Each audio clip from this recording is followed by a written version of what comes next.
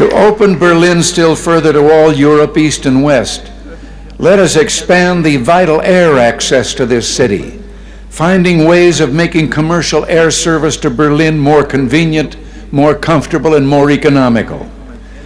We look to the day when West Berlin can become one of the chief aviation hubs in all Central Europe. With our French and British partners, the United States is prepared to help bring international meetings to Berlin. It would be only fitting for Berlin to serve as the site of United Nations meetings, or world conferences on human rights and arms control, or other issues that call for international cooperation.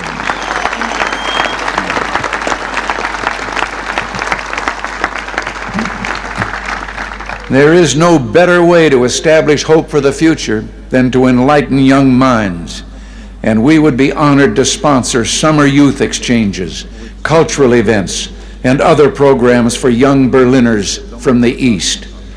Our French and British friends, I'm certain, will do the same, and it's my hope that an authority can be found in East Berlin to sponsor visits from young people of the Western sectors.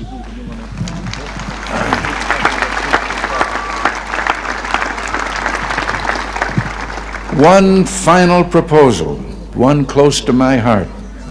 Sport represents a source of enjoyment and ennoblement. And you may have noted that the Republic of Korea, South Korea, has offered to permit certain events of the 1988 Olympics to take place in the North. International sports competitions of all kinds could take place in both parts of this city. And what better way to demonstrate to the world the openness of this city than to offer in some future year to hold the Olympic Games here in Berlin, East and West.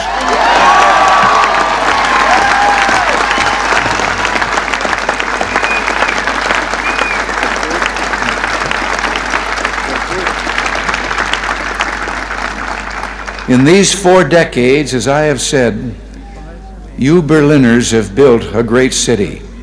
You've done so in spite of threats, the Soviet attempts to impose the Eastmark, the blockade. Today, the city thrives in spite of the challenges implicit in the very presence of this wall. What keeps you here? Certainly there's a great deal to be said for your fortitude, for your defiant courage, but I believe there's something deeper.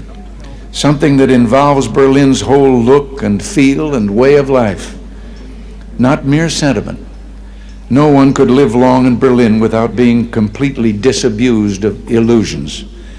Something instead that has seen the difficulties of life in Berlin but chose to accept them, that continues to build this good and proud city in contrast to a surrounding totalitarian presence that refuses to release human energies or aspirations. Something that speaks with a powerful voice of affirmation, that says yes to this city, yes to the future, yes to freedom. In a word, I would submit that what keeps you in Berlin is love.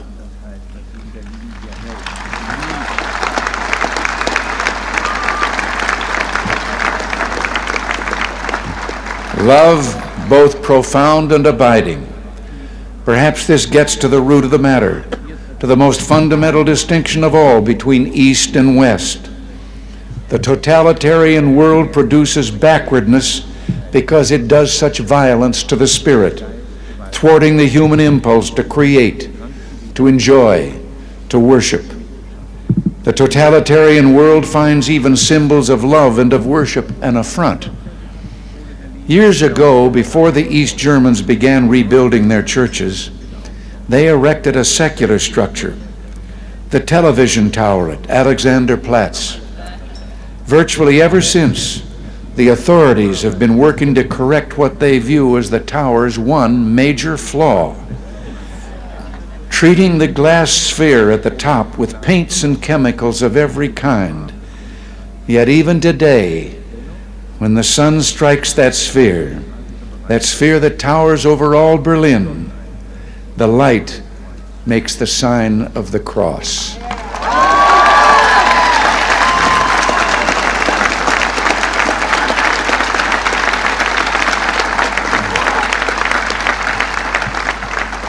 There in Berlin, like the city itself, symbols of love, symbols of worship cannot be suppressed. As I looked out a moment ago from the Reichstag, that embodiment of German unity, I noticed words crudely spray painted upon the wall, perhaps by a young Berliner. Quote, "This wall will fall, beliefs become reality."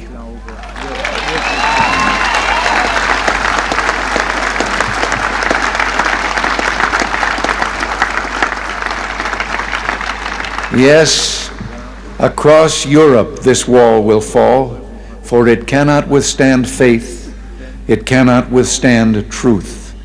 The wall cannot withstand freedom. And I would like, before I close, to say one word. I have read and I have been questioned since I've been here about certain demonstrations against my coming. And I would like to say just one thing, and to those who demonstrate so.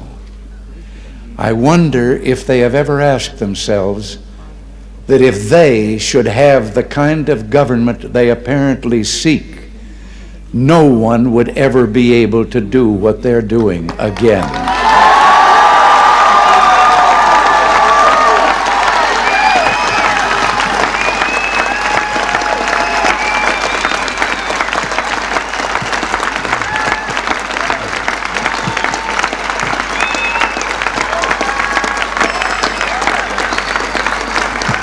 Thank you, and God bless you all.